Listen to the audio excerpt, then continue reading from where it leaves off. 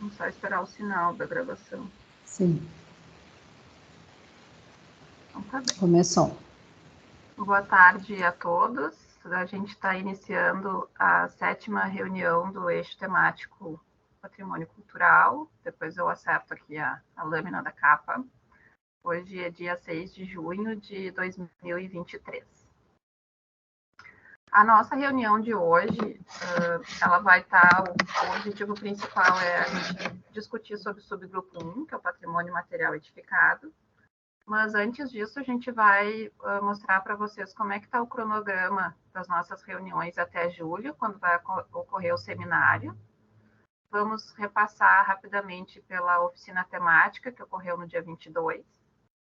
E vamos ter uma apresentação, então, da Diretoria de Patrimônio e Memória, com os arquitetos Luiz Merino e Rosilene Rosamai, colocando, então, a perspectiva e as contribuições da Secretaria da Cultura para a revisão do plano diretor, com destaque hoje para patrimônio material e edificado.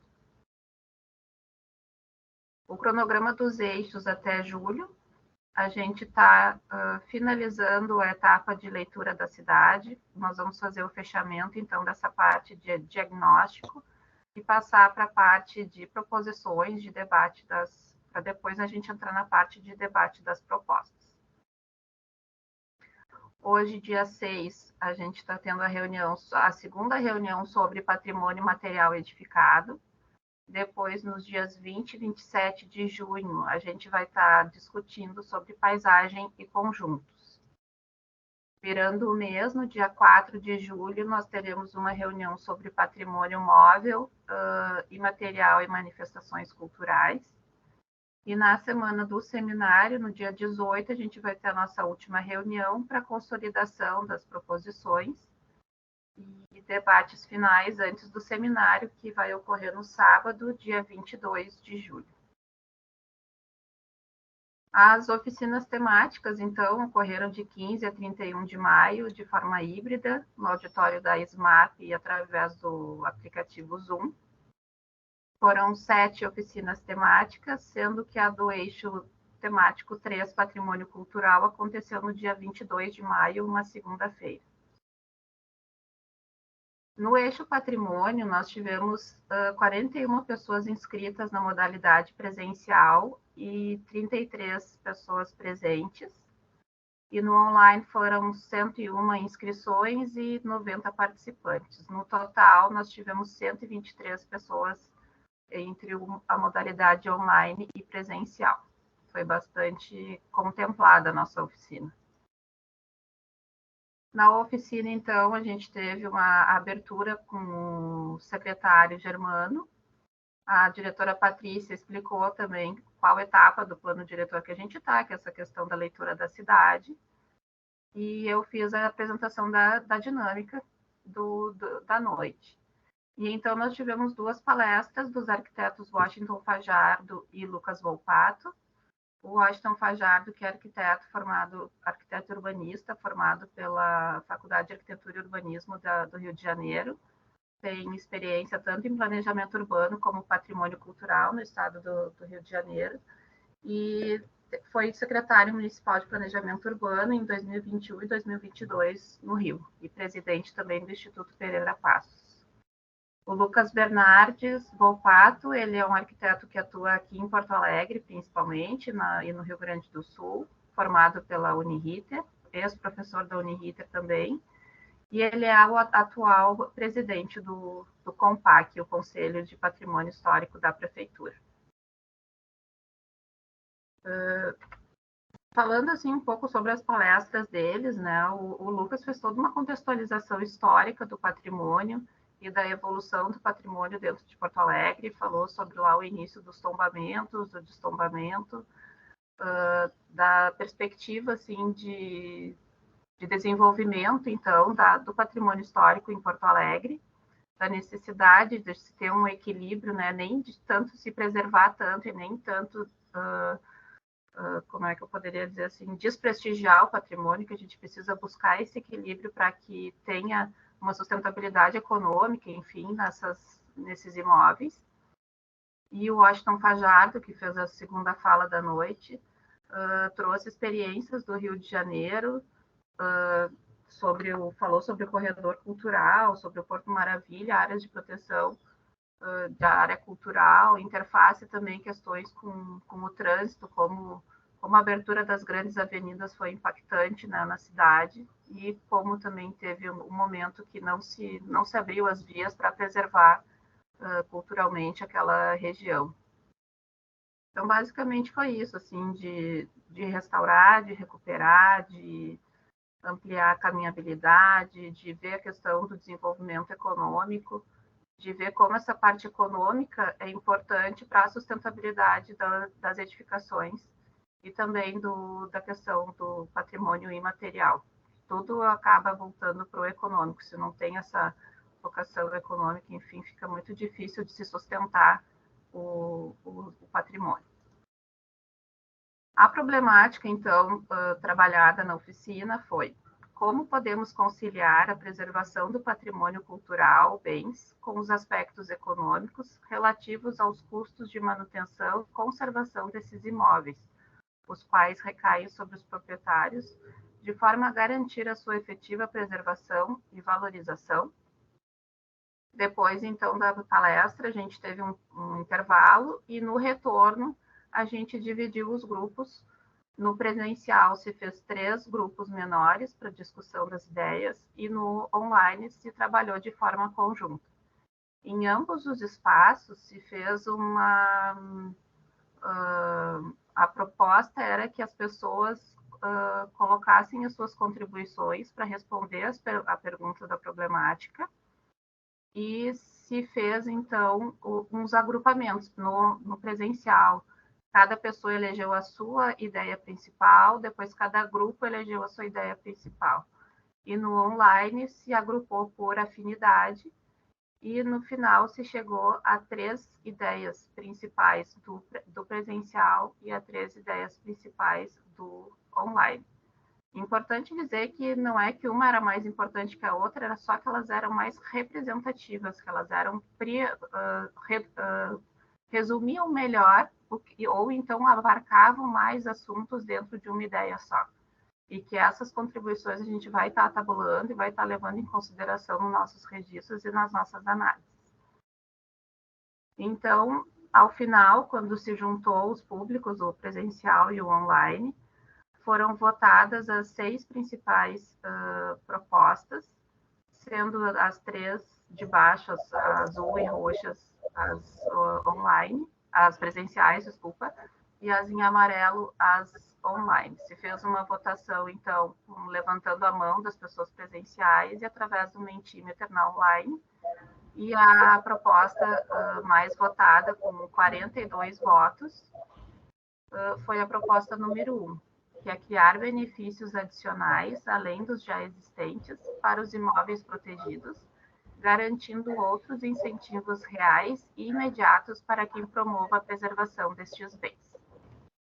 O material das oficinas ele vai ser divulgado, a gente ainda está trabalhando neles, e aí quando for disponibilizado no YouTube a gravação, a gente vai estar avisando a vocês.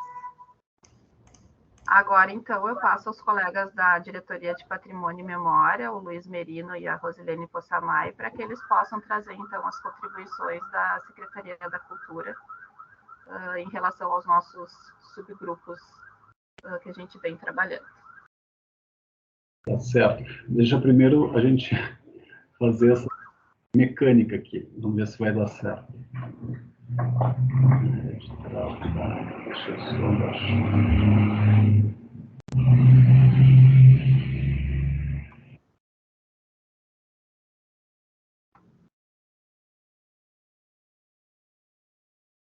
Esse aqui mesmo? Uhum. Módulo de apresentação. Não?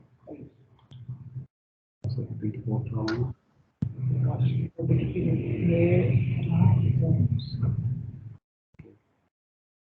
Vamos primeiro lá. Acho que era aquele T ali.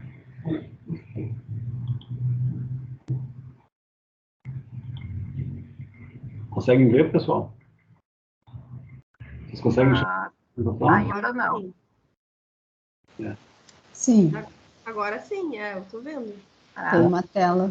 Não está em modo apresentação só, mas eu estou visualizando. Agora a gente chegava nesse ponto. Tá. Uma coisa verde? Acho que não fica assim. Sim. Ah, tá. Sim.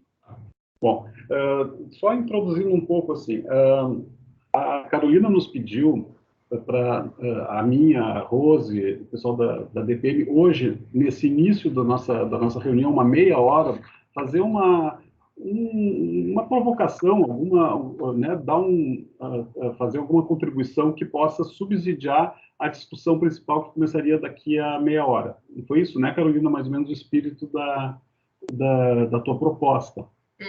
Então, o que a gente imaginou? A nossa equipe toda a equipe da diretoria e da EPAC tem se reunido nas semanas alternadas, enquanto nós não temos aqui o nosso GT, a gente se reúne uma vez por semana e faz toda uma discussão em cima daqueles eixos, né, daqueles eixos subgrupos, né, que estão propostos ali.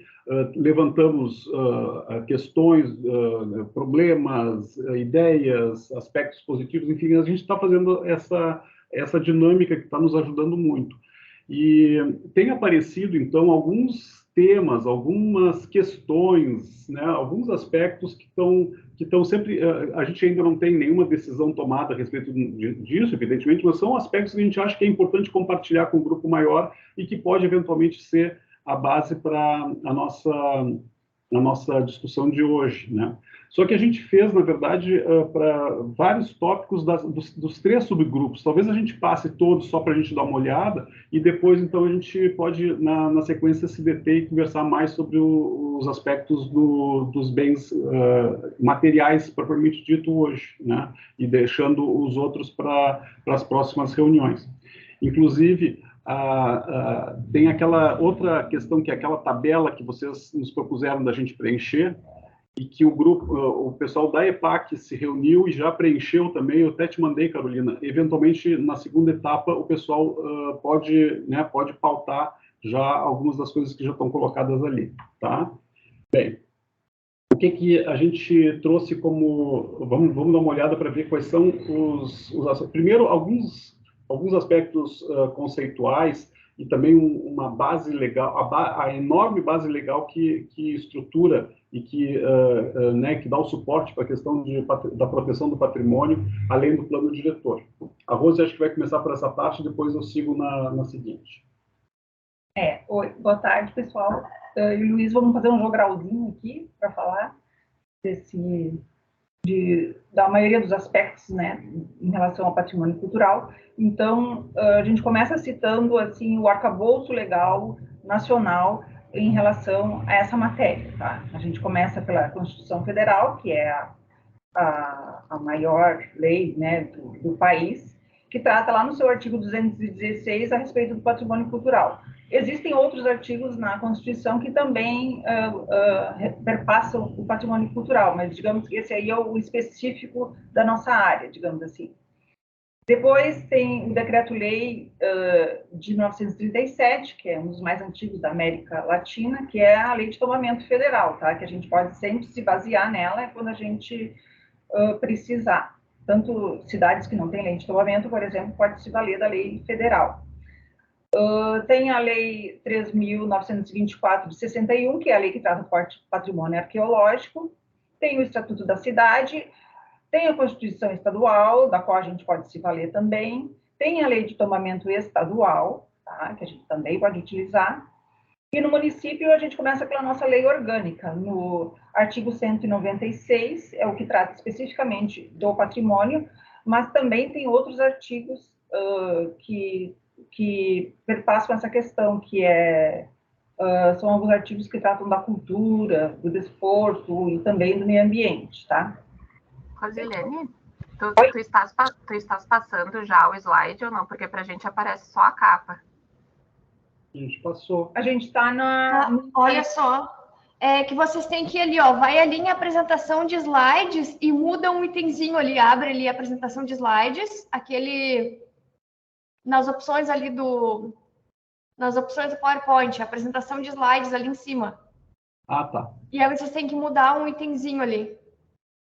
Apresentação de slides aí. Tá, aí tem que mudar um item. Esses dias eu também acho que é isso aí. Não, não é transmitir. Como é que viram só a capa? Normalmente, embaixo à direita tem ali um dos ícones, é a apresentação em tela cheia, perto do horário ali, é tipo uma taça, uma coisa assim. O que vocês estão vendo agora? O que é preservação com a tela com a tela do PowerPoint. PowerPoint? É isso?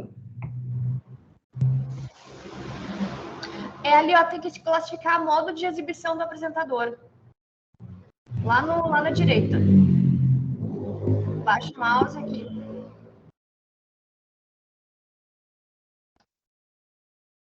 Seleciona ali o modo de exibição do apresentador. Aonde? Modo de apresentação. Vai indo à direita, à direita. Tá. Direita. Aí. Olha embaixo, ó, o modo de apresentação. Isso aí. Seleciona aí. Isso. Selecionar. Agora compartilha de novo.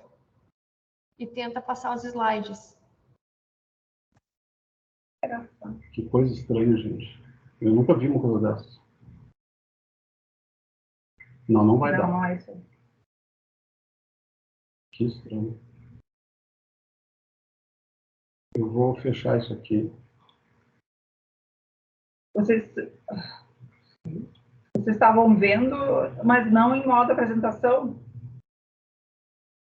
E não estava passando também, estava parado na capa no início. Depois é que passou. Eu acho que nós vamos seguir naquele...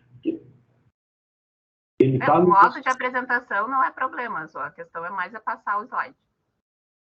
Eu vou abrir ele aqui, de novo, na nossa... Ele está aberto para nós. Agora eu vou voltar aqui e fazer a apresentação de novo.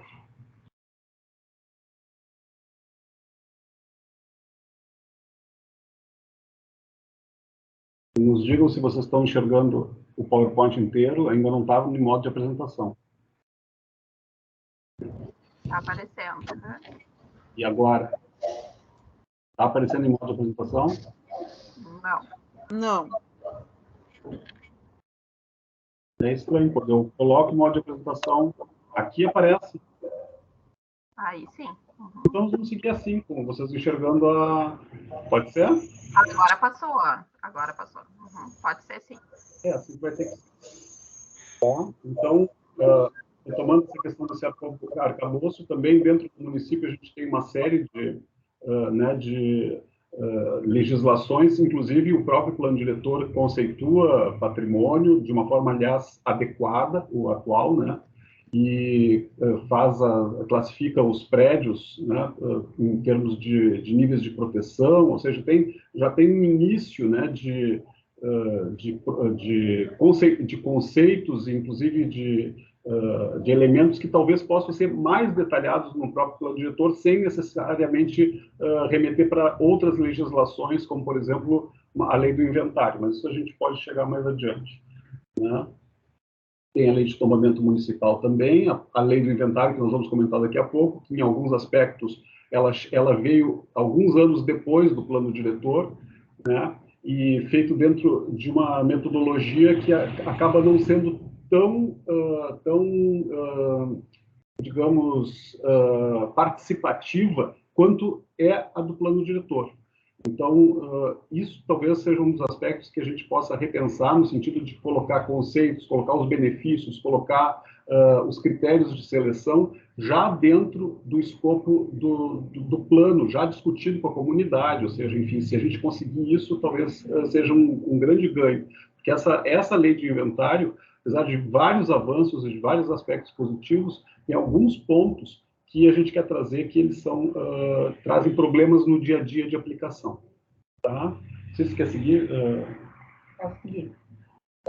E depois a lei do patrimônio imaterial, tá? Que é uma lei de 2004, uma lei bem até, assim, no Brasil, a lei é de 2000, o Brasil é um dos primeiros países, se não o primeiro, se não me engano, a ter uma lei de patrimônio imaterial, tá? E Porto Alegre já foi na onda em 2004, ali saiu errado, saiu 204, já teve a sua lei.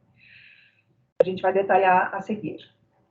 Agora a gente coloca, assim, no início da conversa, uma reflexão para vocês, para a gente levar para casa, na verdade, sobre o que é preservação para cada um de nós. Tá? Se preservação é reconhecer o patrimônio,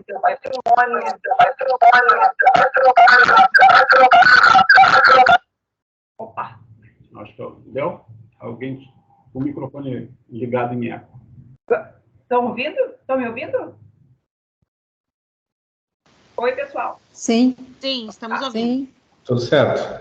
Se a preservação quer dizer reconhecer e proteger, se ela quer dizer cuidar desse patrimônio, como deve ser esse cuidado, o que quer dizer, assim, quando a gente pensa nessa palavra, assim, em relação a gente mesmo, a nossa vida, né, a uma árvore, a um elemento natural da nossa cidade, do nosso país, o que quer dizer esse termo preservação? Muitas vezes a gente se dá conta de que a gente cumpre, ao fazer o inventário, a gente cumpre uma das etapas da preservação, que é identificar, registrar o bem, mas ele entrando em ruína, efetivamente ele não está sendo preservado. Então, não adianta, não é só o inventário, né, não é só essa etapa de identificação, ela precisa, para acontecer, ela precisa, no fundo, do plano diretor também, né, e de outros benefícios para poder, efetivamente, esses prédios, além de serem garantidas a sua manutenção, de ser dada a sua funcionalidade, de ser destacados seus valores, de receber obras de conservação e de atualização também. Também não é só conservar, também os imóveis precisam ser atualizados. Depois a gente entra aqui direto no artigo 14 do plano, que é o que conceitua patrimônio cultural, tá, gente? A gente revisou e assim, relendo, eu entendo que o conceito de patrimônio no plano, ele tá bom, assim, ele tá bem amplo, né? Porque o patrimônio tratar do patrimônio é uma questão que está sempre em evolução, os conceitos estão sempre se ampliando, a gente está sempre tendo que revisar, enfim, a teoria e abrir o olhar para as coisas que devem ser preservadas, mas esse conceito do artigo 14, que diz que integra o patrimônio cultural para efeitos dessa lei, o conjunto de bens imóveis de valor significativo, edificações isoladas ou não, ambiências, parques urbanos e naturais, praças, sítios e áreas remanescentes de quilombos e comunidades indígenas, paisagens, bens arqueológicos, históricos e pré-históricos, bem como manifestações culturais, tradições, práticas e referências denominadas bens intangíveis que conferem identidade a esses espaços. Então, assim, ele está bem amplo. A gente só notou aqui que faltou o elemento patrimônio móvel, tá? Que também faz parte do patrimônio cultural, que são aqueles acervos que estão nos arquivos e nos museus, né? Então, adequando a essa lacuna, eu acho que, assim, a gente vai revisar, obviamente, mas o conceito é bem amplo. Então, na verdade, a legislação específica em relação ao patrimônio só vem a complementar esse conceito. Por que a gente traz essa discussão como uma das questões a ser discutida por nós aqui? Porque essa questão da amplidão dos conceitos, da abrangência, a gente percebe que é fundamental para os conceitos, para a preservação do patrimônio. A gente não se deve reduzir e nem fechar, porque à medida que passa o tempo, o olhar, a cultura avança, e, né, os estilos avançam, as manifestações culturais são diversificadas, e a tendência dentro do patrimônio, isso desde no Brasil, de 30, quando teve a lei de tombamento federal, enfim, é no sentido de fazer ampliações. num determinado momento, praticamente o patrimônio era igrejas, era monumentos, ou era arquitetura colonial. Isso começou a avançar, abrangendo arquiteturas de contribuições imigrantistas para os estilos mais recentes, o Art Deco, o modernista, enfim. Essa visão abrangente e essa amplidão, ela é necessária. Essa certa abertura do conceito de patrimônio para ir trazendo novos olhares é muito importante para nós.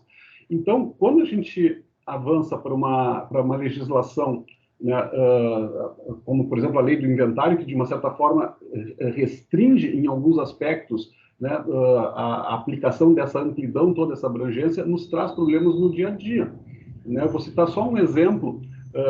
Está previsto aqui 5 instâncias na lei do inventário, que estão ali demarcadas com 5 instâncias. Uma delas é conjuntos, e conjuntos está definido por lei que conjuntos têm que ser de prédios justapostos.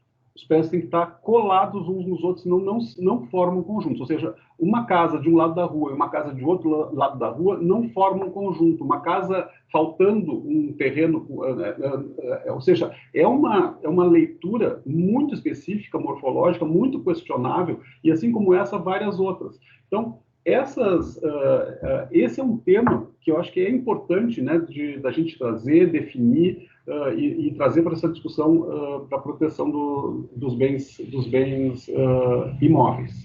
Bom, quer falar aqui?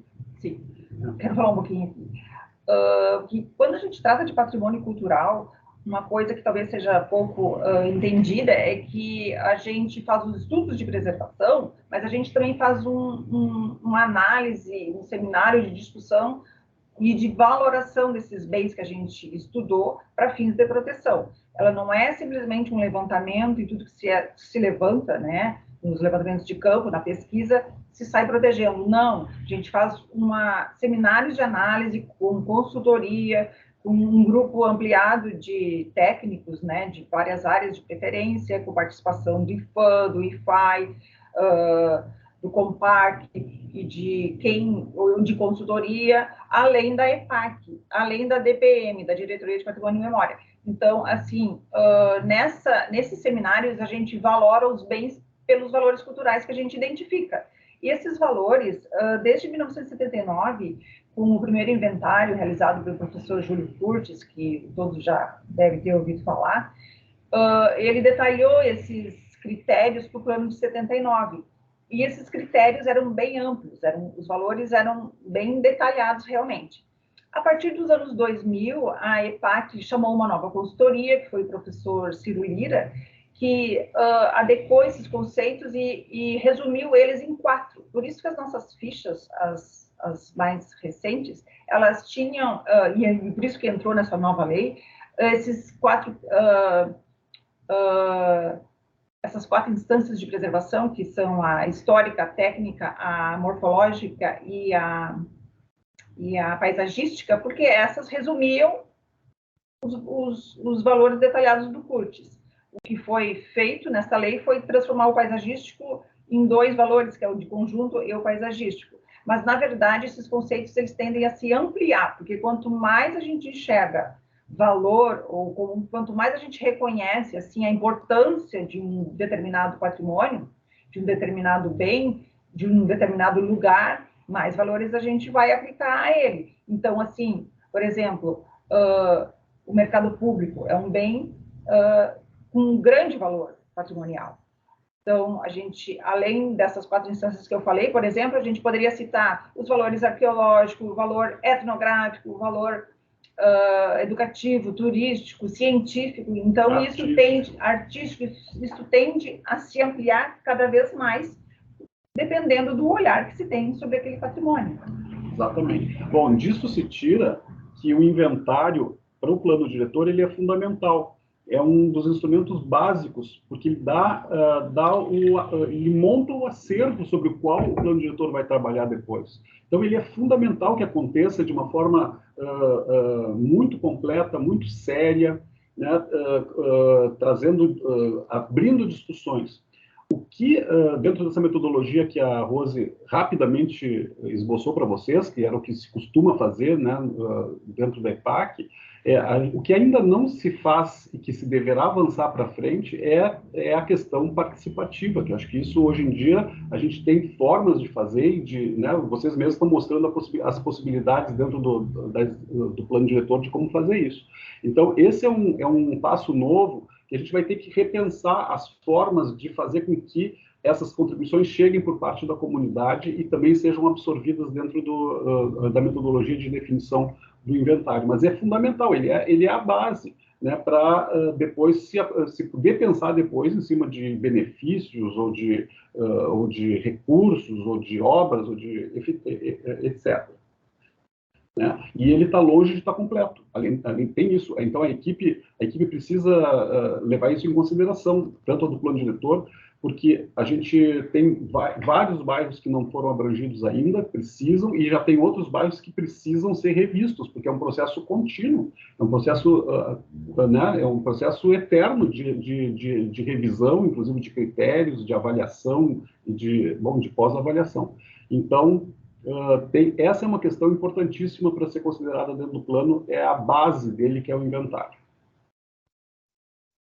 E essa questão da participação é uma questão que a gente não vai poder fugir, porque ela já vem dentro da legislação desde sempre. Cada vez mais, as cartas patrimoniais, elas detalham isso, que se o patrimônio não tem valor para a sociedade, para a comunidade, é mais difícil de preservar. Então, é a sociedade que vai nos ajudar a ampliar esse olhar e enxergar aquilo que, às vezes, o técnico não consegue enxergar. Exatamente. Tem um caso clássico, que é a da caixa d'água, né, de Petrópolis, que foi uma demanda da comunidade. Jamais um arquiteto olharia para aquilo ali e acharia que aquilo tem...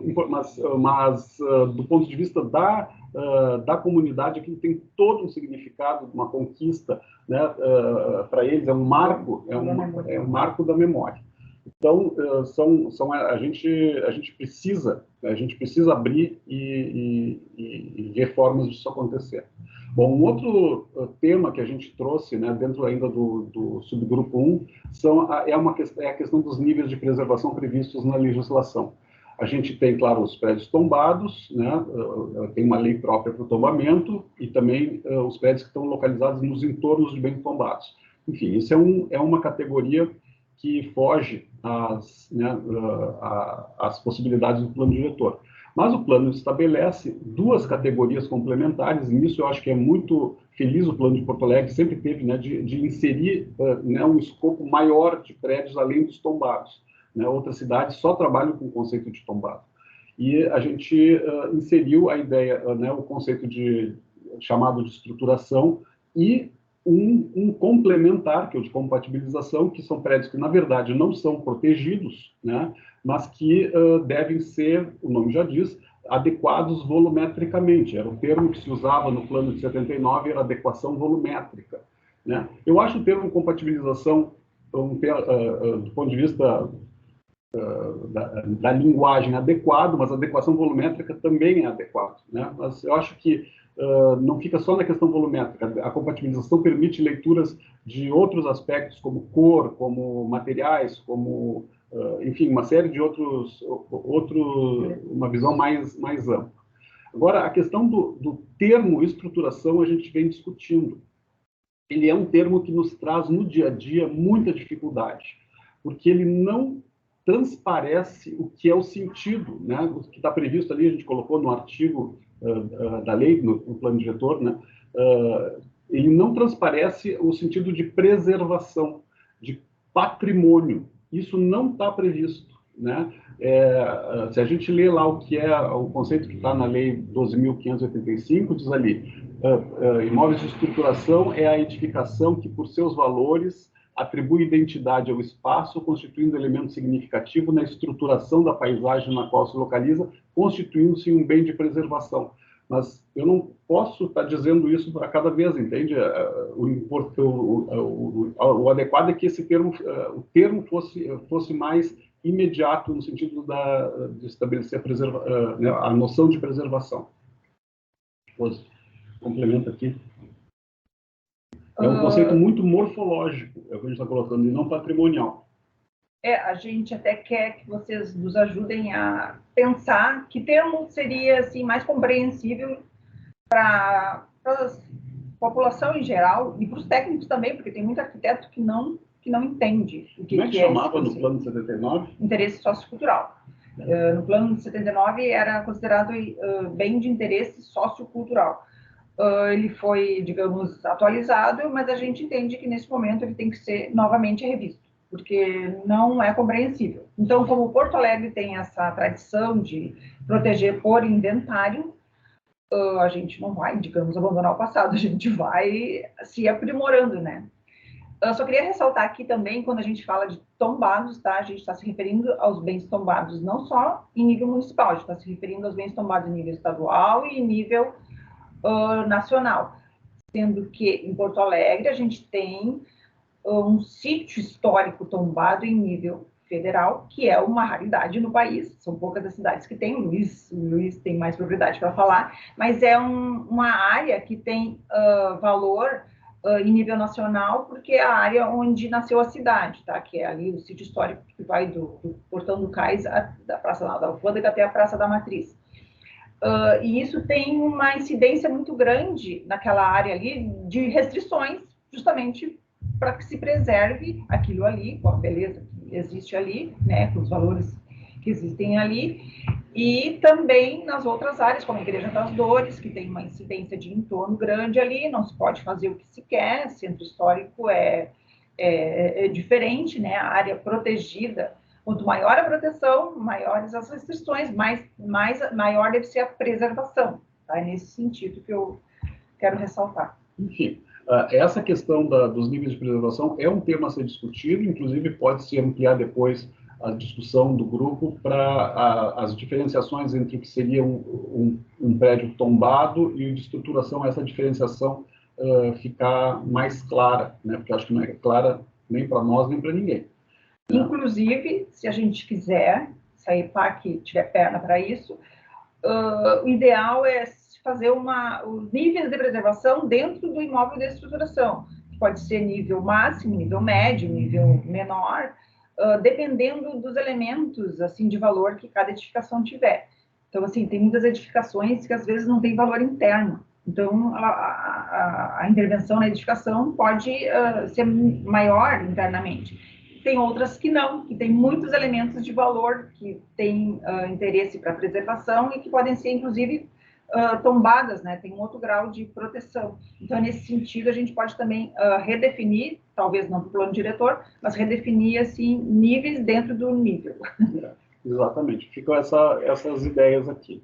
Bom, avançando ainda na questão dos bens imateriais, trazer algumas questões que a gente pensou em termos de regime urbanístico e dos incentivos que o plano já propõe. Claro que a gente não vai, ficar agora propondo o regime urbanístico para cada prédio desse, não é essa a questão.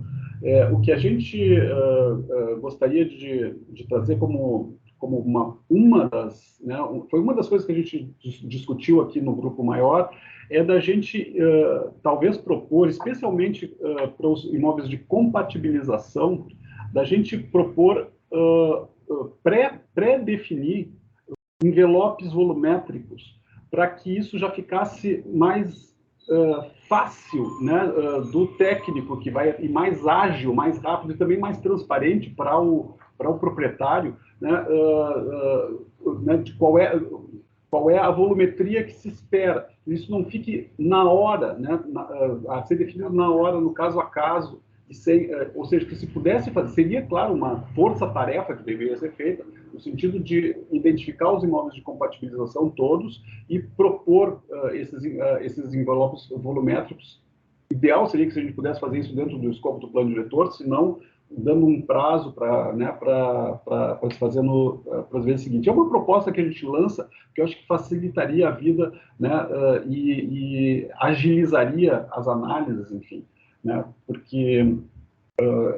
e, eventualmente, alguns colegas propuseram nas nossas discussões que isso também fosse feito para os imóveis de estruturação, esse envelope volumétrico, né, já ficasse pré-estabelecido.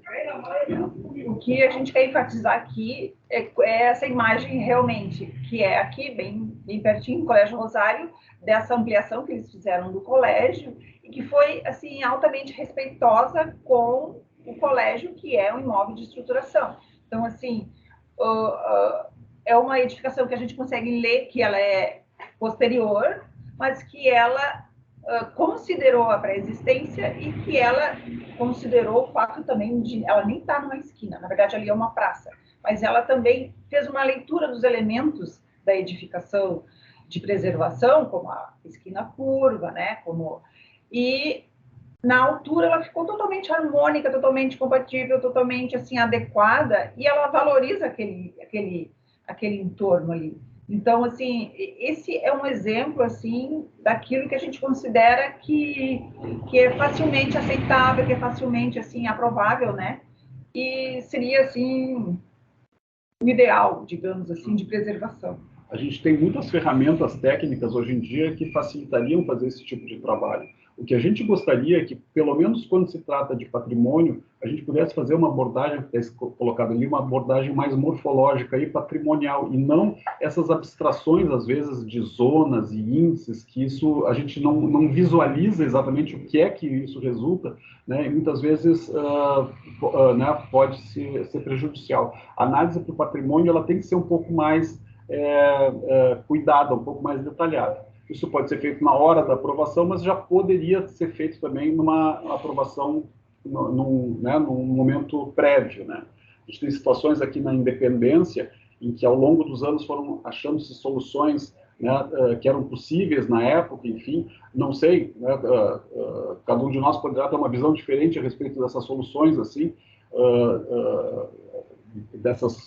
essas convivências, né, de volumetrias muito diferentes. Agora, o que é certo é que a gente, hoje em dia, com a quantidade de benefícios já previstos, como, por exemplo, vamos citar só um, que é a transferência de potencial construtivo, a gente teria como ter um resultado morfológico mais adequado do que esse da direita, né, dessa torre que está da direita, levando esse potencial construtivo, que pode ser esse, pode até ser mais do que esse, levando para um outro lugar da cidade e conseguindo talvez uma harmonia maior, uma escala mais adequada, enfim, para esses prédios. Vamos dizer assim que, do nosso ponto de vista, assim, estrito sensu, vamos dizer, para patrimônio, né, não é a forma ideal, né? Um prédio ocupando um pátio de uma casa, enfim. Mas o que a gente imagina é que a transferência de potencial construtivo é um benefício excelente para casos como esses, que a gente pode acabar levando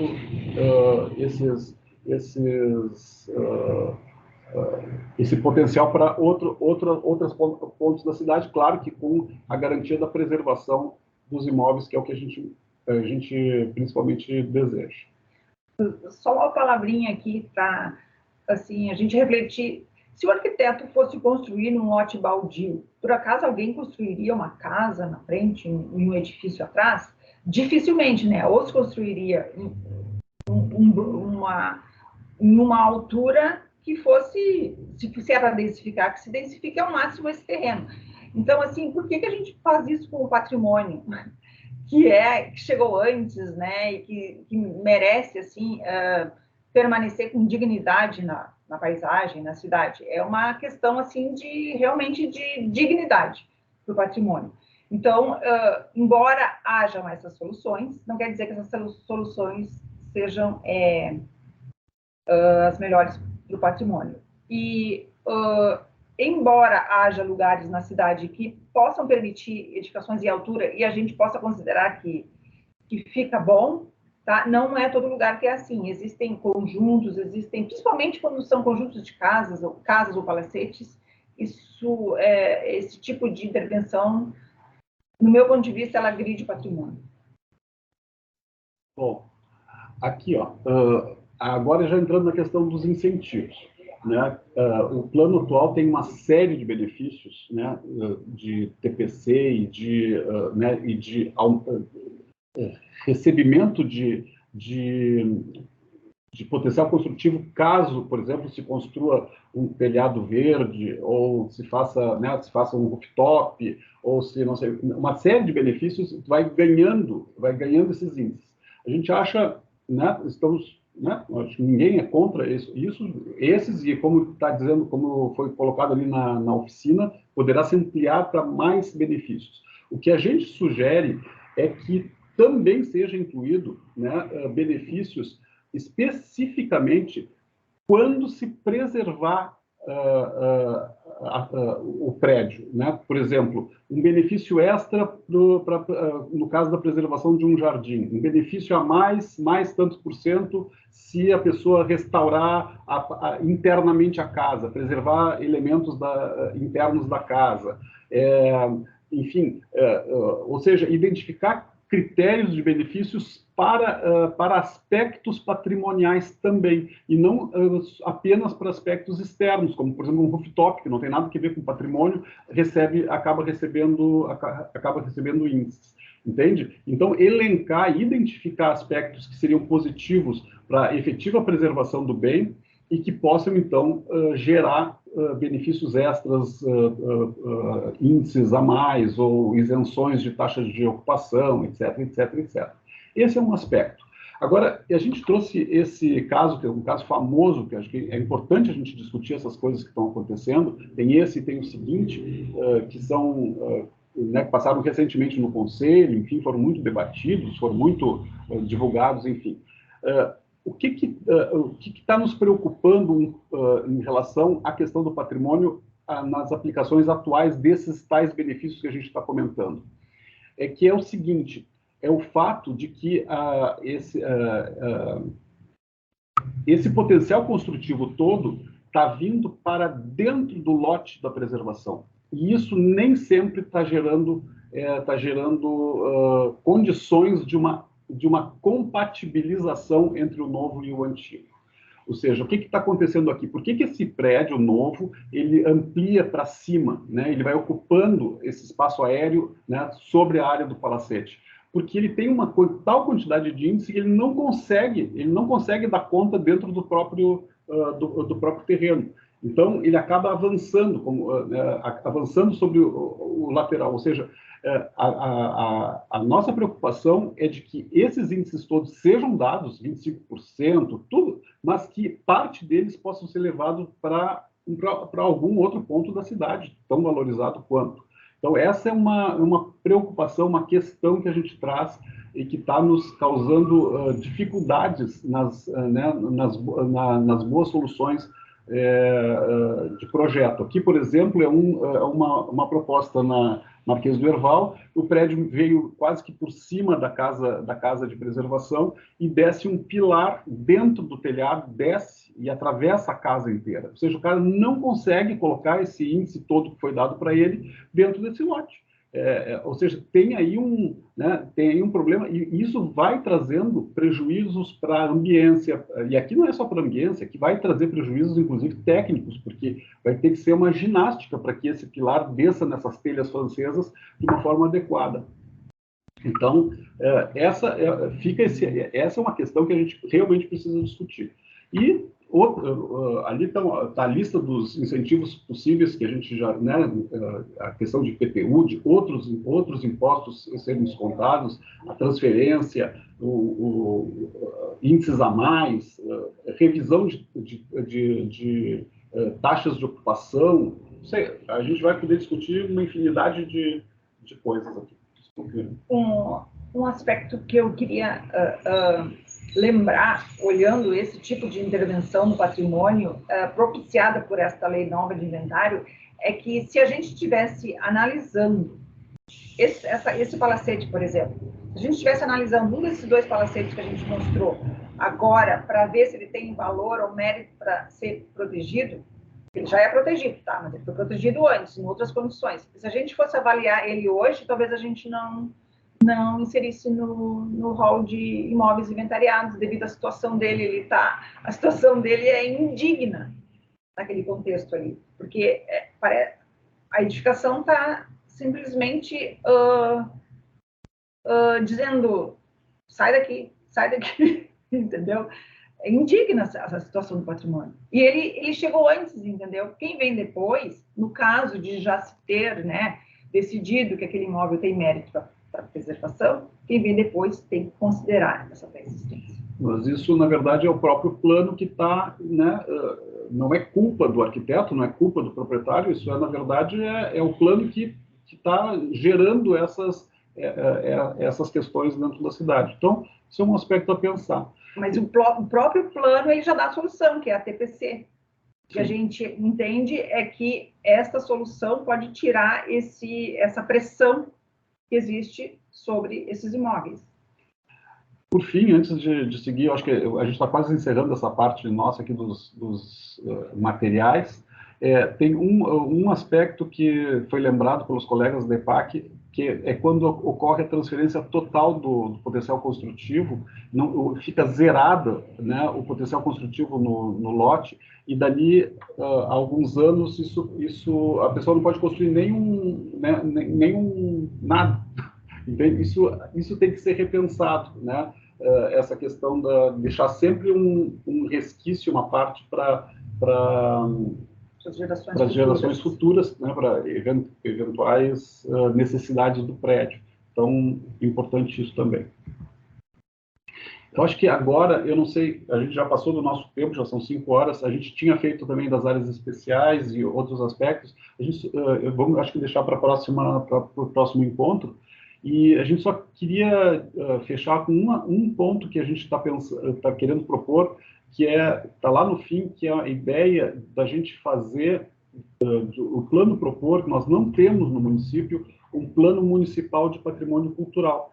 Vários outros setores da prefeitura têm um plano de mobilidade, tem o plano de saneamento, tem o plano de habitação social, de arborização, e nós não temos. Então, isso seria muito importante da gente pensar e propor, da gente ter um instrumento para fazer efetivamente a nossa política de preservação dentro do município, discutindo todos esses aspectos e muitos outros, né? Então, talvez possa ser também um indicativo do plano. Acho que é isso. O Rinaldo está com a mão levantada. Eu só queria fazer uma fala. Só estou ouvindo meu retorno bastante.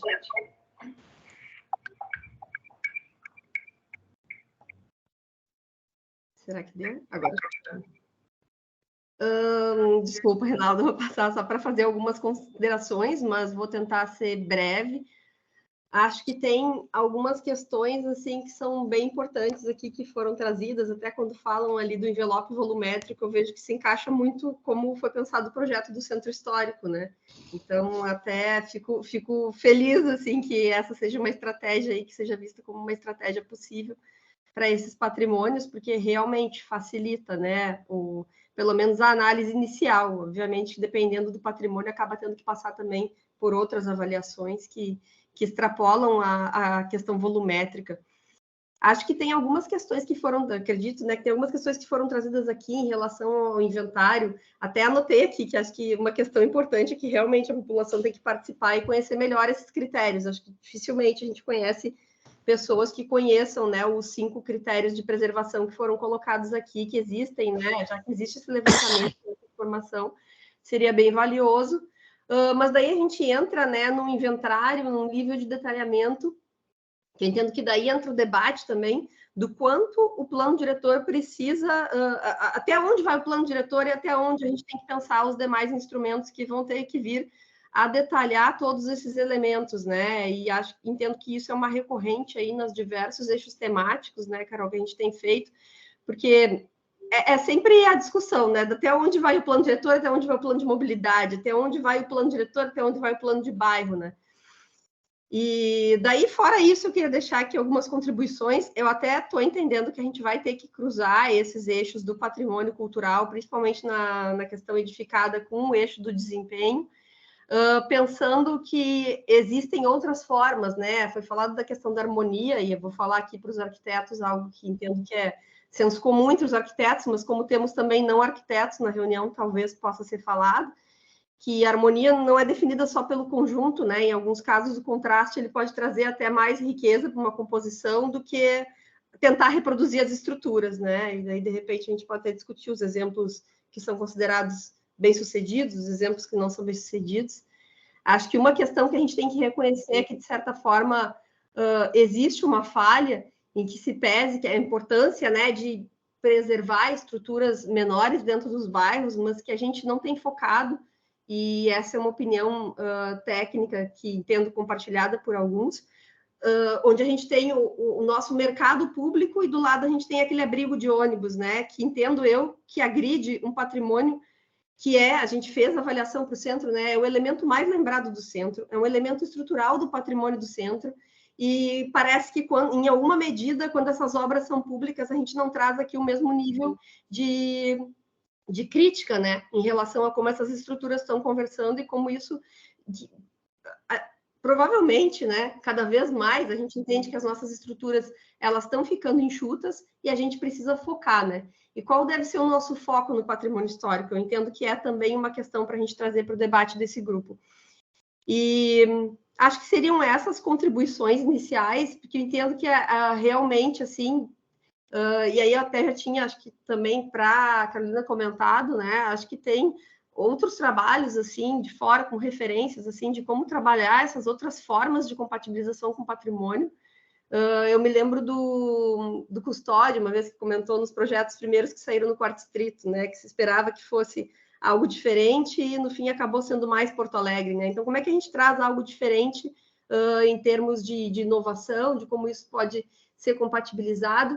Porque se, ao mesmo tempo, a gente entende que construir, né, extrapolar os metros quadrados ali pode gerar algum tipo de necessidade de complicação para alguma compatibilização pelo próprio espaço que existe dentro do terreno para essas construções, também existem várias evidências de estudos que dizem que quando a gente tira o potencial construtivo daquele lote, a gente acaba dificultando depois os processos de manutenção desse patrimônio histórico, né? Então, como isso funciona, né, dentro dessa equação? E por isso que eu estou colocando aqui a sugestão de pensar também junto com o grupo do desempenho, porque a gente corre um risco muito grande se a gente pensar o patrimônio de forma isolada ou alheia a essas outras questões, que são questões fundamentais de economia, de como a gente viabiliza essa preservação. Isso, entendo que é também uma recorrente no patrimônio histórico e no patrimônio ambiental. Seriam essas as contribuições que eu queria colocar logo no início, porque senão daqui a pouco, se eu tenho que entrar em outra agenda, né, já gostaria de deixar essa fala e tinha solicitado para a Carol para também estar colocando. E entendo, Carol, tinha sugerido até ontem, né, só que ficou muito em cima, mas que a gente pode trazer essas estratégias que foram pensadas nesses outros programas do centro, do Quarto Distrito, a questão dos projetos, né, que talvez ali tenha já um indicativo, e já que a gente está também convergindo para essa ideia, né, como foi feito no centro do envelope, a gente discutiu um pouco esses modelos aí para a cidade. Obrigada.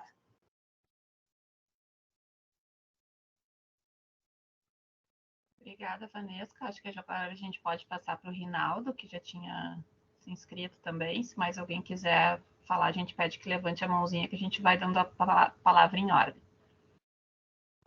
Acho que vai no mesmo caminho um pouco da fala da Vanesca, né? Nós temos debatido aqui muito na questão do patrimônio edificado, quando se coloca o envelope, né? Essa ideia, né? O envelope de contorno, né? A composição por setor. O plano diretor, ele tem que ser geral, né? Mas em relação ao patrimônio e as áreas de interesse cultural, isso vai servir lá para o ambiente construído, para a paisagem, né? Que haja o detalhamento, como está vendo na lei do centro e na lei do Quarto Distrito, que deveria ter uma participação maior da EPAC e da DPM no patrimônio, né, para esse envelope ser adequado não só para a compensação de construção dos índices, né, e da ocupação do centro, mas com o olhar do patrimônio, né. O que eu queria trazer aqui mais contribuição para provocar, né, o debate, a questão do patrimônio, no eixo, agora não me lembro agora, da quinta, na oficina, foi a palestra do Lores, né, do Raul Justo Lores, nós estávamos lá. E aí, o velho bater, né, em termos assim, a demonstração em cima de Barcelona, que é um exemplo de cidade densa, um exemplo de várias coisas que ele deu, né? E aí um equívoco de dizer no final, assim, porque aquilo não está livre para o mercado. Não, né? Uma correção assim, e acho que é buscar, né, a densidade de Barcelona. Barcelona está assim, por quê? Porque historicamente ela foi reconhecida como um plano que é patrimônio, como uma volumetria que é patrimônio e se preservou. A Barcelona fora do Eixample é outra, né? A que tu deixou para o mercado, né? No Eixample, né, se um prédio cair por alguma coisa, tu não vai construir o que tu quer, tu vai construir no gabarito da altura. Tu não tem a opção de fazer mais baixo ou mais alto, a não ser em raras exceções regradas pelo plano. No @20, né, da Barceloneta, é outra questão. Então, não é a falta de coisas para o patrimônio. Ao contrário, é tu ver o patrimônio justamente como um envelope nas áreas a ser preservadas e revitalizadas, né? Que é o exemplo do quarto distrito. Eu acho que não precisa mandar tudo para fora do potencial, mas tu tem como harmonizar contornos. Eu acho que não é nada, não sou contra a verticalização, mas ela não é em qualquer lugar que serve, né? E acho também um problema, né, na questão do TPC, quando tu manda para qualquer lugar, na, né, hora do inventário, é assim, para onde nós estamos, né, botando esse tanto, né? Porque daí tu, já que nós não temos uma ideia tipo morfológica a ser preservada nos bairros, né? Então, daqui a pouco tu larga todo esse potencial. Aí vou dar o exemplo, assim, zona norte de Porto Alegre, né? Assis Brasil, Passo da Areia, aquela coisa toda, que historicamente ela tem uma característica da baixa densidade. O jogo de índice para aquele lado, ele já descaracterizou a paisagem da cidade, né? A paisagem da zona norte, assim, que pegar próximo ao Tumeleiro, ela, né, próximo ao Triângulo, ela se descaracterizou como paisagem urbana histórica de Porto Alegre. A gente centra muito hoje, eu tenho levantado isso, nessa área de patrimônio material, muito na nossa cidade consolidada, né, da base histórica da nascente, assim, de pegar o centro, Moinhos, Floresta. Mas o restante da cidade também tem que ter um olhar sobre a preservação de paisagens e conjuntos, né? E aí essa questão dos envelopes e dos detalhamentos de plano, né, serve, né, de um ajuste de ver isso em relação às áreas de interesse cultural, né, que estão demarcadas no plano. A sua revisão, né, porque algumas dessas áreas têm um regime volumétrico lá de 2010 adequados e que o bairro não se descaracterizou, outras que foram demarcadas como área de interesse cultural e que o regime volumétrico colocados nela, simplesmente em 10 anos, né, descaracterizaram uma paisagem cultural. Aí o exemplo que eu dou é em torno do Colégio Militar, né, entre Marquês do Pombal e 24 de Outubro, e Plínio, né? O regime volumétrico permite uma verticalização e uma série de coisas que eram paisagens culturais, hoje, em 10 anos, inexistem mais, né? Porque não tem inventário, desenvolvimento. Então, acho que essa ideia assim, do plano regulador de patrimônio, deixar para um trabalho conjunto desses detalhamentos, né, para nós, que a gente vem discutindo, talvez seja a coisa mais relevante, assim, que essas coisas, né, dê um encaminhamento a termos um plano de patrimônio, né, que é essencial para a cidade, né, como um todo. Acho que essa ideia do plano de patrimônio, talvez somada a essa questão do plano de pormenor, né? Antes de, na agenda, né, Carol, que a gente conversou com o Lucas Volpato, ali antes da palestra dele, ele estava comentando, né, que tem bairros de Porto Alegre que merecem esse olhar específico, até por esse valor de conjunto, e que tem que ser pensado enquanto conjunto. A gente pensando um por um, muitas vezes aí a gente não conseguiu garantir os instrumentos para garantir essa identidade, né? Que talvez seja um pouco do que a gente está falando aqui. Acho que essa é importante mesmo anotar aí, cara. Sim, estou fazendo as anotações aqui para essa questão das características locais tem que ser muito bem avaliadas, né? Eu acho que foi muito bem colocado. Eu fiz umas anotações, mas vamos fazer o seguinte, eu vi ali que a Fernanda e a Sandra Axelrod levantaram as mãos, então eu passo a palavra para a Fernanda, depois a Sandra.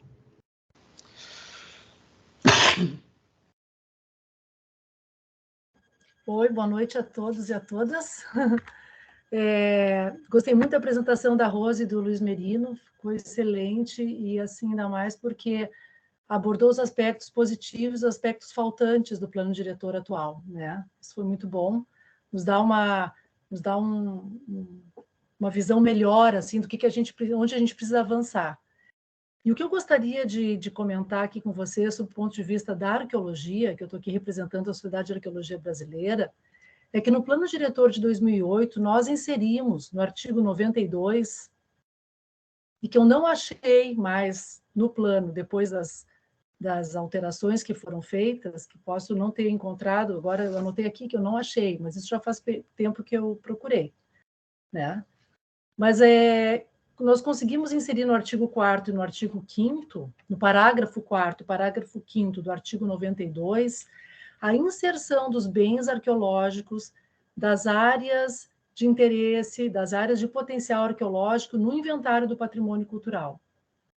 Então, eu acho importante, a gente achava isso já na época, nas nossas discussões e conversas, inclusive com o pessoal da EPAC, dos colegas, dessa integração, né, do patrimônio arqueológico com o patrimônio edificado, com os conjuntos, com as áreas de interesse cultural.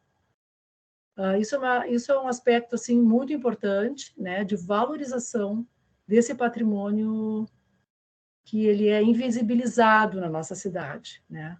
Nós não temos ele visível para a população, não temos placas, não temos totens, não temos sinalização, né? E cada vez mais temos menos pesquisa, né? Porque um aspecto importante que eu gostaria de salientar e que nós colocamos na discussão da avaliação lá do plano foi que a prefeitura, né, por meio da Secretaria SMAMUS, né, e do Ambiente, né, e da Cultura, não estão respeitando as normativas do IPHAN com relação ao licenciamento ambiental, né? Então, assim, Porto Alegre deixou de ser uma cidade que estava sendo, né,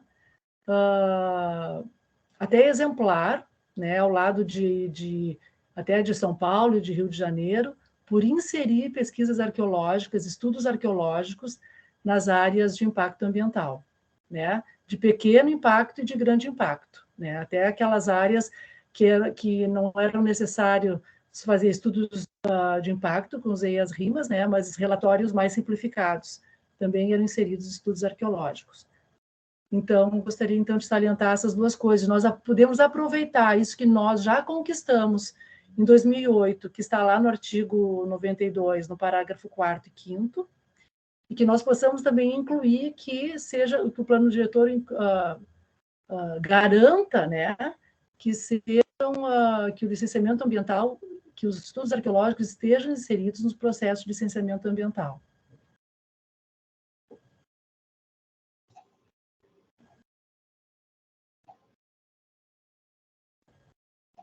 Eu não sei se eu compreendi bem o que não estaria sendo seguido, de repente essas questões têm que ser melhor descritas, né, para a gente avaliar o que seria a competência do plano dentro desses temas.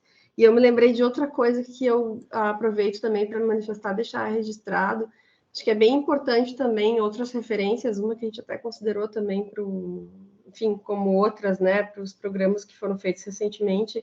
O plano diretor de Lisboa, ele tem também gravado o sistema de vistas. Se eu não me engano, ele tem também alguma referência ao patrimônio arqueológico, que talvez valha a pena olhar essa referência para entender melhor ali, entender como é que eles tratam, né, todas essas questões.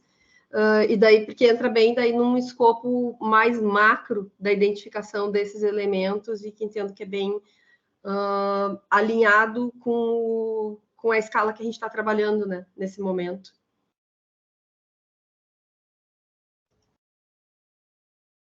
Tá bem. Obrigada, Fernanda. Acredito que essa questão dos estudos arqueológicos, eles são mais no licenciamento ambiental, para as licenças, né, dos impactos. Mas ele segue aqui no plano, né, o 4º e 5º, eu abri o plano, ele segue. Então, é uma questão de estar contemplado no plano, mas a gente tem que consolidar e tem que botar em prática, né, as situações. Agora, então, a Sandra Axelrod. Oi, tudo bem? Vocês estão me ouvindo? Sim, okay, estamos te ouvindo. Tá. O que eu queria colocar é que a lei de 2017, 2019, tá? 2019, né? ela veio trazer,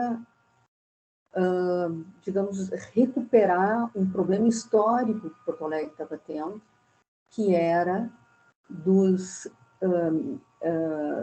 inventários terem sido realizados, nunca terem sido, muita coisa não ter sido concluída, muita coisa ter sido bloqueada, tá? E eu acho que o próprio município se viu em relação a esses proprietários na necessidade de ter uma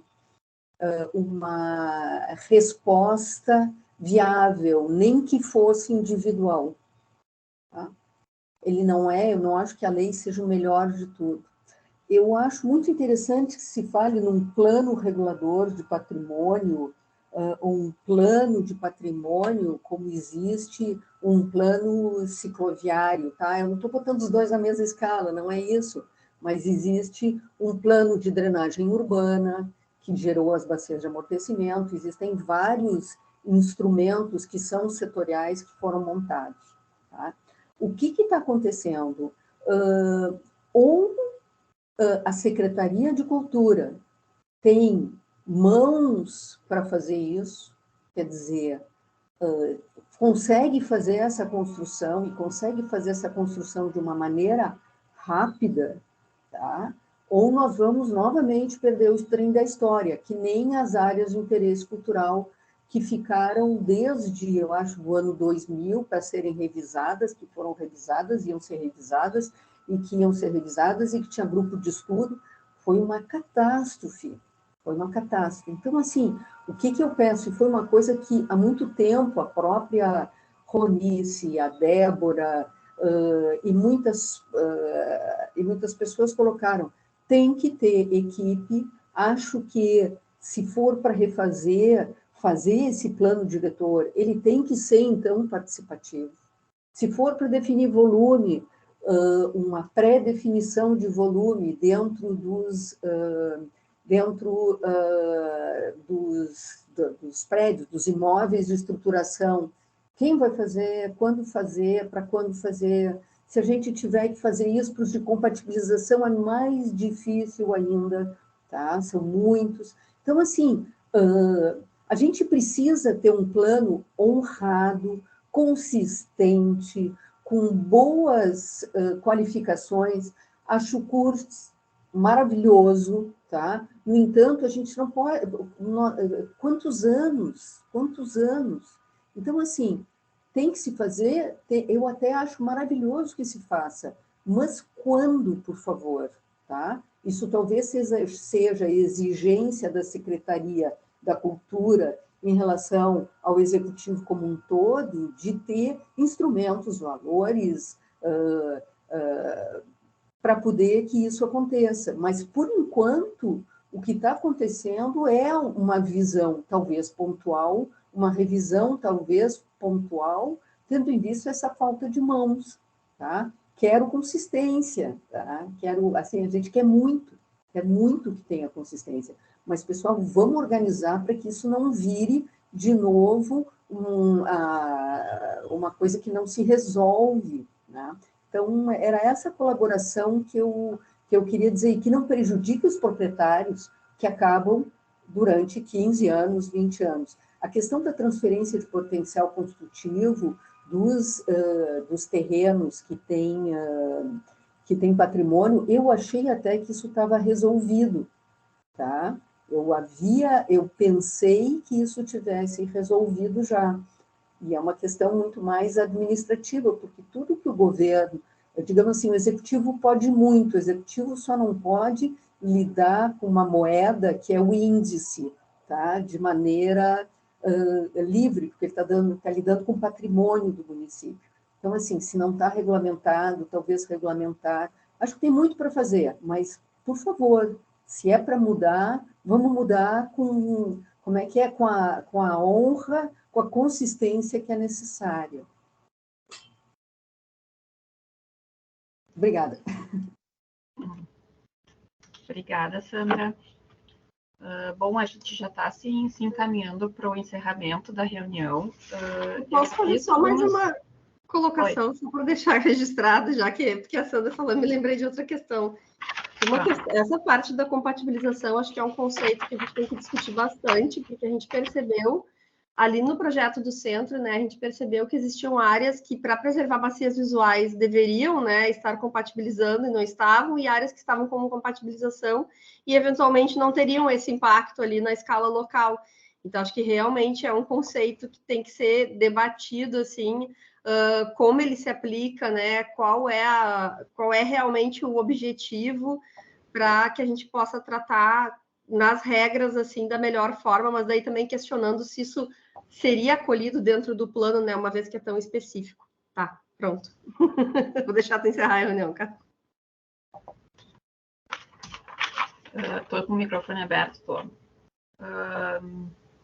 Assim, lá no início, quando o Merino e a Rosilene fizeram a apresentação, eu fui fazendo algumas anotações ao longo da reunião, porque, em princípio, a gente estaria preenchendo uma planilha nossa, onde a gente teria os temas, as problemáticas, as estratégias, tá? Então, eu pretendo pegar essas anotações principais aqui, colocar, ver também esse material que a Cultura produziu. Se mais alguém tiver material que queira já ir enviando por e-mail, a gente pode ir completando, tá? Para que a gente, na próxima reunião, de repente, a gente pega o início da reunião para retomar um pouco do material, patrimônio material edificado, e depois a gente entrar na parte de paisagem e conjunto, tá? Mas de uma forma geral, assim, em termos de conceituação, que a conceituação do plano atual, ela é bem ampla, mas teria que estar incluindo, então, os bens móveis, que não estão inclusos ainda, ampliar a participação no processo de inventário, que até eu me lembro são questões que na própria conferência a gente se chegou nesses pontos, né? A questão dos inventários, que precisa de complementação e revisão, que eles são a base, então, para a gente ter um plano, assim, um planejamento, né, em termos de patrimônio. A parte de níveis de preservação, até era o primeiro item que a gente tinha feito, a primeira problemática, que era justamente, né, dessa não clareza, dessa dificuldade da conceituação, de pensar numa mudança de nome, para facilitar. E até eu anotei aqui que anteriormente era se chamava bens de interesse sociocultural. Aqui a gente vê que a gente tem problemáticas, né? E tem estratégias. Então, isso aqui é que eu vou estar organizando para depois a gente poder trabalhar. Daí a sugestão em termos de regime urbanístico de se trabalhar com envelopes, né? Com volumetrias pré-determinadas, que é uma questão que a gente tem que desenvolver essa ideia, de repente, aos mesmos moldes do centro histórico. A parte dos incentivos, que já existem vários, não apenas de patrimônio, como de sustentabilidade também. Com o cuidado também que o Merino levantou da questão da TPC total, né? A gente teve um processo que passou pela CAUG, que justamente era um terreno onde teve essa transferência de potencial construtivo 100%, eles não sobrou 1 metro quadrado para eles aplicarem no terreno, e veio a questão da acessibilidade. E aí foi uma confusão para a gente conseguir resolver. E realmente é uma coisa que é questionável, ou então se libera depois para questões de incêndio, de acessibilidade, mas é uma questão que tem que ser pensada de forma completa, né? Não dá para simplesmente liberar a TPC. Depois, então, a Vanessa citou a questão do centro histórico, que pode servir como base, então, para essa questão da volumetria, da importância do cruzamento dos eixos, mas é uma questão mais nossa, das obras públicas. O Rinaldo nos trouxe, então, o exemplo de Barcelona, né, da densificação e das regras, onde tem-se uma rigidez, onde é mais preservado e onde não se tem mais liberdade. Trouxe também a questão do envelope e da importância das características locais também, né, que a gente pode descaracterizar uma região trazendo os índices de outra. E a questão do plano de patrimônio, né, quem sabe ter um plano específico, como daí o gancho para a Sandra Axelrod, que já falou, né, sobre o de acessibilidade, sobre o cicloviário, de repente realmente é uma saída bem interessante, mas tendo perna para isso, né? Realmente a ideia é muito boa, mas como é que a gente vai botar ela em prática é uma ótima questão. A Fernanda Toqueto trouxe a preocupação, então, né, em relação à arqueologia, né, da importância de estar executando o que o plano prevê. Daí citou especificamente o artigo 92, parágrafos 4º e 5º. E da importância da integração do patrimônio arqueológico com os demais patrimônios, enfim, com a cidade em si. Eu até anotei aqui assim, que o patrimônio, que é o patrimônio arqueológico é invisível hoje na cidade, na forma que está sendo tratado. A Vanesca nos trouxe a referência do Plano Diretor de Lisboa, né, que trata também sobre arqueologia, que a gente pode consultar para ver como é que é tratado lá. E, por fim, a Sandra, que nos trouxe a questão, né, da lei do inventário, que foi uma forma de trazer uma resposta, então, né, para esses inventários incompletos, para os bens bloqueados, para tentar destravar um pouco essa questão, que a cultura precisa de instrumentos, de valores, e que não prejudique também os proprietários. Eu vi que o Rinaldo levantou a mão, então, antes de encerrar, eu peço para o Rinaldo falar para a gente. Tá fechado o microfone. Nós estamos com um trabalho aqui conjunto, dividimos aquela tabela e estamos preenchendo, né? Então, acho que concentrar na Rose. Hoje ainda eu, o Mander e a Juliana que estávamos construindo algumas coisas para daí concentrar e te encaminhar antes da reunião para tu ires inserindo, né? Eu vou deixar uma provocação, que é uma coisa que surgiu agora e nós três estávamos debatendo hoje à tarde para a próxima reunião, porque é uma coisa assim que, pensando como plano diretor, né? Então, eu pego assim, os quilombolas, os materiais, aquelas coisas todas, eu consigo enxergar dentro de uma conceituação plano diretor e como isso pode ter uma efetividade, né? Nós estamos discutindo, e já surgiu isso no grupo, mas não chegamos num consenso, por isso que eu quero largar para mais gente pensar, a questão dos bens móveis, que entram em as coisas que estão dentro, eu acho ela extremamente complicada de tu conceituar e regrar alguma coisa dentro do plano diretor, né? Quando a gente está falando de um plano diretor de espacialidades e tu entra, não sei, nós tivemos uma grande dificuldade, assim, né? Estava no nosso tópico de colocar isso, então é mais uma provocação para a próxima reunião, né? Para outras contribuições de como isso entra, né? Os bens móveis, né? Para dentro de um plano regulador da cidade, um plano diretor. Isso, para mim, quase ele seria também um plano específico, né? Então, assim, é uma discussão para a gente, né, ter mais ideias, provocar para a próxima reunião, né? Que eu acho que, né, nos falta, talvez, assim, ouvir outras coisas, né? Isso surgiu lá na conferência, né? Ficou com moção, mas eu acho bastante complicado quando a gente fala de, né, especialidades, territorialidades, né, desse regramento, ou a que se propõe um plano diretor, a gente chegar numa coisa tão específica disso, né? Eu não consegui construir isso, né, do que tinha nosso na tabela, né? A gente já está adiantando. Mas é isso. Muito bom esses debates. Então, é isso aí, que bom trazer, porque daí mais cabeças pensam e a gente vê se realmente cabe e, em cabendo, como que a gente coloca, né? Porque realmente o patrimônio móvel, o patrimônio material e imaterial, a gente tem essa dificuldade de ver como é que vai encaixar no plano e é uma forma da gente ir amadurecendo essa ideia. Então, assim, eu pediria que vocês mandassem o quanto antes esses materiais que vocês já foram fazendo, né? E quem tiver mais também, eu depois da reunião mando o e-mail com os encaminhamentos e com a apresentação, com o link para a apresentação, e vou reenviar também o painel, essa planilha que a gente está comentando, do Lucid Charme, para vocês verem. Eu mando ela em PDF para vocês visualizarem e verem quais são os itens que a gente preenche, e depois vocês me mandam e eu insiro lá para a gente ir complementando. Não que a gente vá seguir à risca essa planilha, essa tabela, mas é mais para ela servir como um guia, né, para a gente entender que tem um tema, que tem problemática, tem questões qualificadoras, tem as estratégias, enfim. Tá? Não sei se todos participaram das reuniões anteriores, mas aí a gente pode mandando o link das reuniões, vocês podem rever também, que na reunião anterior a gente explicou melhor essa metodologia. Tá? Muito obrigada, então, pela participação. Daqui a 2 semanas a gente retorna. Tchau, tchau. Tchau. Tchau, tchau. Tchau, gente. Boa noite para todos. Até mais. Tchau. Tchau.